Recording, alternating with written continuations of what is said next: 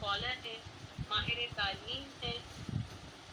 100 سے زائد کتاب کی احساس مصنفہ ہیں، جو بذات خود اپنے اندر ایک بہت بڑی بات ہے۔ ماشاء اللہ، بالکل۔ زیب النساء زیبی صاحبہ کے بارے میں مزید کیا عرض کروں کہ آپ عہد حاضر اعلیٰ تعلیم یافتہ، سنجیدہ، معتبر اور علم و ادب میں انفرادی حیثیت رکھتی ہیں۔ آپ کی خدمات کے باعث آپ کا ایک اعلیٰ اور منفرد مقام ہے۔ آپ محکمہ اطلاعات حکومت ہند میں آفیسر بھی ہیں، اطلاعات کے عہدے سے ریٹائرڈ ہو چکی ہیں، اور فری لانس جرنلسٹ کے فرائض بھی انجام دے رہی ہیں۔ انگلش لینگویج میں ماسٹرز کیا ہے، اس کے علاوہ ماس کمیونیکیشن، اردو اور پولیٹیکل سائنسز میں بھی آپ سند حاصل رکھتی ہیں۔ اردو ادب میں مختلف اصناف میں ادب میں سب سے زیادہ کتب تخلیق کرنے کا صحرا بھی آپ ہی کے سر ہے۔ آپ نے جن اصناف میں کتب تحریر کی ہیں ان میں شاعری، غزل، افسانہ، ناول، کالم، تحقیق، تنقید، مقالے، تراجم، تبصرے، تذکرے اور اس طرح کی بے شمار چیزیں آپ نے اپنے نام کر دی۔ اس کے علاوہ 85 سے زائد کتب اور 5 ضخیم کلیات کی مالکہ بھی ہیں اور حد سے زیادہ کتب کی ادیبہ بھی ہیں۔ آپ کے نام پر عالمی سطح پہ نظم کی سب سے زیادہ اصناف پر نہ صرف شاعری کی بلکہ تکنیکی اس پہ بھی آپ کا بہت زیادہ کام موجود ہے۔ نظم کی 70 اصناف آپ کی کلیات سخن تمام کے نام سے 2013 میں منظر پر آ چکی، جس سے دنیا بھر کے محققین، پی ایچ ڈی اور ایم فل کے طلباء اور طالبات یونیورسٹیز میں استفادہ بھی کر رہے ہیں۔ دنیا ادب میں ربائی و شاعرہ کی حیثیت سے بھی ان کی ایک نمایاں پہچان ہے۔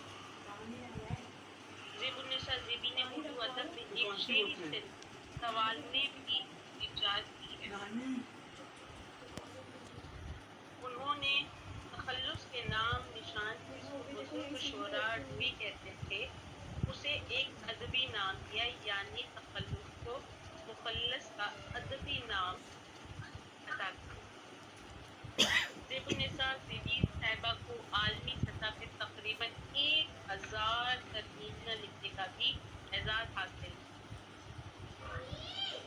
غرض کہ میں انسان میں کیا کیا عرض کروں، نشست جیسے کہ میں نے شروع میں کہا کہ ناکافی ہوگی ان کے تعارف کے لیے، تو اس وقت میں سب سے پہلے دعوت سخن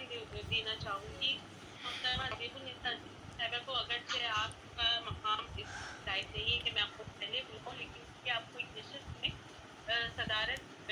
کے فرائض بھی انجام دینے جانا ہے، جس میں میں آپ کو سب سے پہلے دعوت سخن دینا چاہوں گی۔ جی زیبی صاحبہ، بہت شکریہ ماریہ محوش، آپ نے بہت ہی تفصیل کے ساتھ بات کی، اور سب سے پہلے میں بزم ارباب سخن شقاقوں کی شکر گزار ہوں کہ انہوں نے مجھے اپنے پروگرام میں مدعو کیا۔ اور آج ہم جو بات کر رہے ہیں وہ ہے ڈاکٹر توفیق انصاری صاحب کے حوالے سے بات کر رہے ہیں،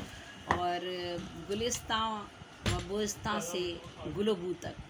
شیخ سعدی کی گلستان و بوستان سے ڈاکٹر توفیق انصاری کی گل بو تک کا سفر۔ گل بو کی کامیاب تقریب پذیرائی پر سب سے پہلے تو میں ڈاکٹر توفیق انصاری صاحب کو اور ڈاکٹر افضال الرحمان افسر اور ان کی پوری ٹیم کو مبارکباد پیش کرتی ہوں۔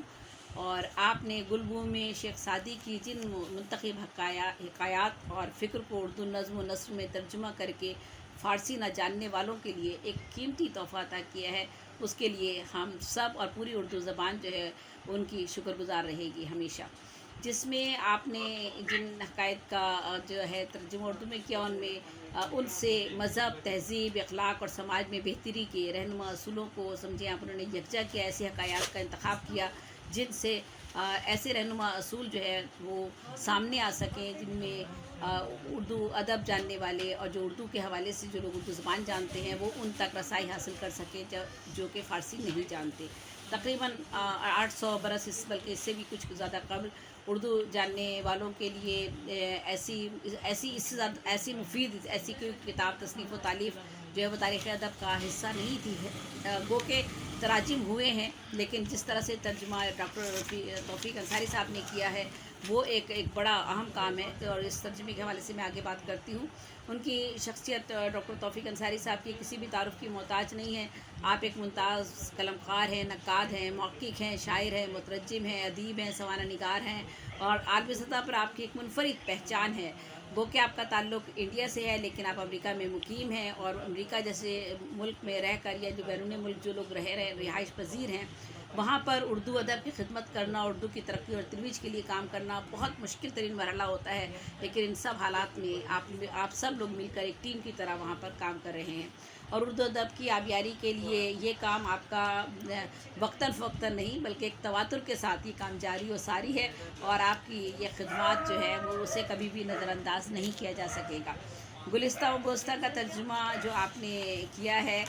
یہ بہت ہی توجہ اور محنت کوشش سے کیا ہے۔ شیخ سعدی کی تخلیقات کا فارسی مطالعہ کرنا اور ان کے حکیمانہ فلسفیانہ نظریات اور فکر کو نہایت عمدگی اور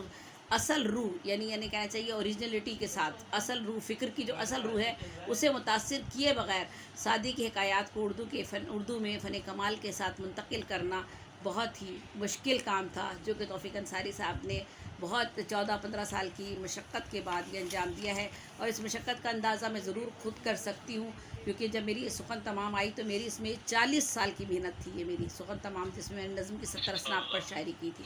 یہ میرا 40 سال کا کام تھا، اور میری یہی خواہش تھی کہ میں اس کتاب کلیات کو کسی طرح سے منظر عام پہ لا سکوں، اور یہ تاکہ اردو ادب کے لوگوں کے لیے ہمیشہ کام آتی رہے، تو اللہ تعالیٰ نے یہ میری خواہش پوری کی۔ تو بے شک یہ 15-16 سال تک کسی بھی ایک کام کے لیے اتنی محنت کرنا، توجہ سے، اور اس کام کو پھر پایہ تکمیل تک پہنچانا ایک بہت اہم اور بہت بڑا کام ہے یہ، اور اس کی جتنی بھی پذیرائی کی جائے اور اردو ادب کرتی رہے گی۔ آج ہم تو خیر بہت ہی مختصر سے وقت میں تھوڑی سی بات کر رہے ہیں، لیکن یہ کام جو ہے وہ ہمیشہ یاد رہنے والا ہے اور ہمیشہ کام آنے والا ہے۔ اردو ادب کے طلبہ و طالبات ہمیشہ اس سے استفادہ کرتے رہیں گے۔ آپ نے شیخ سعدی کی حکایات کو اردو میں فن کمال کے ساتھ منتقل کیا ہے۔ آپ کا اسلوب جو ہے بہت سہل ہے، رواں ہے، دل پذیر ہے، دلکش ہے، اور قاری کو متاثر کرتا ہے، فوری طور پر اس کی طرف آپ متوجہ ہوتے ہیں، اور وہ حکایت یا وہ جس کا ترجمہ آپ نے جس حکایت کا کیا ہے وہ آپ کے پورے کردار پر اثر انداز ہوتی ہے، پوری سوچ پر، پوری فکر پر اثر انداز ہوتی ہے جب آپ اسے پڑھتے ہیں۔ تو آپ نے یہ کتاب گلبو کا جو عنوان ہے اس اعتبار سے کہ گلستہ و بوستہ کی مکمل عکاسی کرتا ہے گلبو، اور ترجمہ کرنا تو کوئی آسان کام نہیں، بہت مشکل کام۔ ہم گو کہ بہت ساری چیزوں کے لیے بات کرتے ہیں، شاعری کو کبھی مشکل سمجھتے ہیں، کبھی اور کسی اور صنف کو مشکل سمجھ رہے ہوتے ہیں، لیکن بے شک ترجمہ کرنا جو ہے یہ حقیقت ہے کہ بہت مشکل کام ہے، کیونکہ دوسری زبان کو یا دوسرے کے خیالات اور فکر اور سوچ کو اسی طرح منتقل کر دینا کسی دوسری زبان میں کوئی آسان کام نہیں تھا، جو کام آپ نے کیا، اور خصوصاً ایسے شخص کی شیخ سعدی جن کی ہم بات کر رہے ہیں، شیخ سعدی کی حکایات کو ایک زبان سے دوسری زبان میں نظم و نثر کی فارم میں منتقل کرنا جوئے شیر لانے سے کم نہیں تھا، اور ڈاکٹر توفیق نے شیخ سعدی کے فکری معیار میں ترجمے کے دوران کہیں بھی اس کمی کا احساس نہیں ہونے دیا کہ ڈاکٹر توفیق کی یہ ان کی اہل کے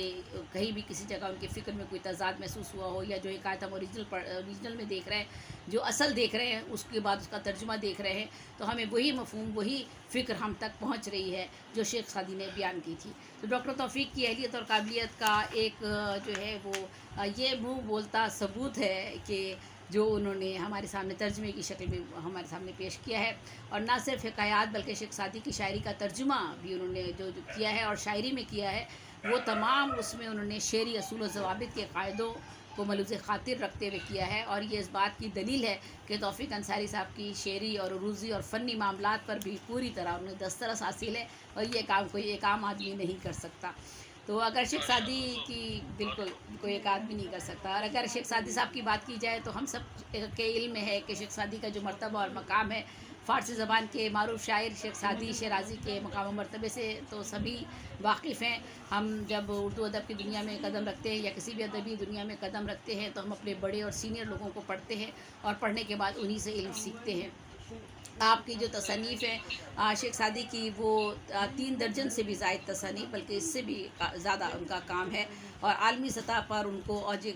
کمال حاصل ہوا، اس کی وجہ یہی ان کی گلستاں اور بوستہ تھی، جس کی بنیاد پر ان کو شیخ سعدی جو ہے پوری دنیا میں ان کا ایک مقام اور مرتبہ انہیں ملا۔ اور اس کتاب کا جو ان کا مسودہ ہے، اس کی بنیاد ہے بنی نوع انسان کی خوشحالی، بہتری اور کردار سازی، اور اس کے علم و عمل کی تعلیمات کی جانب راغب کرنا ایک عام انسان کو۔ اور انہوں نے اس میں قرآن و حدیث کو بھی بنیاد بنایا ہے، اور ان حکایات میں اس بات کو مد نظر رکھا ہے کہ انسان جب ان کو پڑھے تو پڑھنے کے بعد وہ اپنے اعمال کو پرکھ سکے، اور ان کے جو اعلیٰ اوصاف ہیں اس کو اپنے اندر ان میں اضافہ کرے، ان میں بہتری پیدا کرے، ان میں نکھار پیدا کرے، اور جو اس کی برائیاں ہیں، جو اس کی خامیاں ہیں انسان کی، وہ ان کی پہچان کر سکے، اور اس کے ارد گرد بھی جو برائیاں اور خامیاں ہیں ان کی وہ پہچان رکھ سکے، اور اس کے بعد وہ عملی طور پر اپنی زندگی میں ایک اچھا انسان بن سکے۔ اور انسانی تربیت اور اخلاقیات کے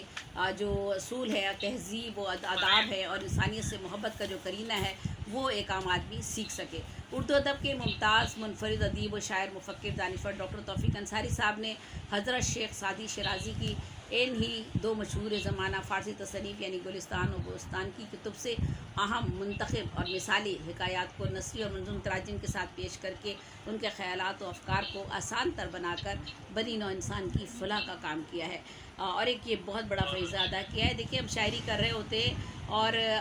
وہی شاعری زندہ رہتی ہے جس میں افاقیت ہوتی ہے، جو تمام دنیا کے لوگوں کی بات کر رہی ہوتی ہے، وہ شعر زندہ رہتا ہے، اور بے شک اس کو داد ملے یا نہ ملے، لیکن وقت آنے کے بعد ہم دیکھتے ہیں آج علامہ اقبال کا جو مقام ہے، یا اور جتنے ہمارے شعراء ہیں جنہیں ہم سب یاد کر رہے ہوتے ہیں، اس کی وجوہات یہی ہیں کہ انہوں نے ایسے کارنامے انجام دیے جس سے انسان جو ہے مثبت طور پر کچھ نہ کچھ سیکھے، اور اس کی زندگی میں کوئی تبدیلی پیدا ہو۔ تو جب ہم کسی چیز سے کوئی نتیجہ اخذ کرتے ہیں، اور ہماری زندگی اور ہمارے کردار میں کوئی تبدیلی پیدا ہوتی ہے، اچھی تبدیلی پیدا ہوتی ہے، تو آپ سمجھ لیں کہ آپ کی تخلیق جو ہے وہ کارگر ثابت ہو گئی۔ تو یہ آپ نے ایک بہت بڑا فریضہ انجام دیا، یہ پوری بنی نوع انسانیت کے لیے فریضہ ہے کہ اس کے کردار سازی میں ایک جو اہم کردار ادا کرے گا، کیونکہ اس سے قبل بھی گلستہ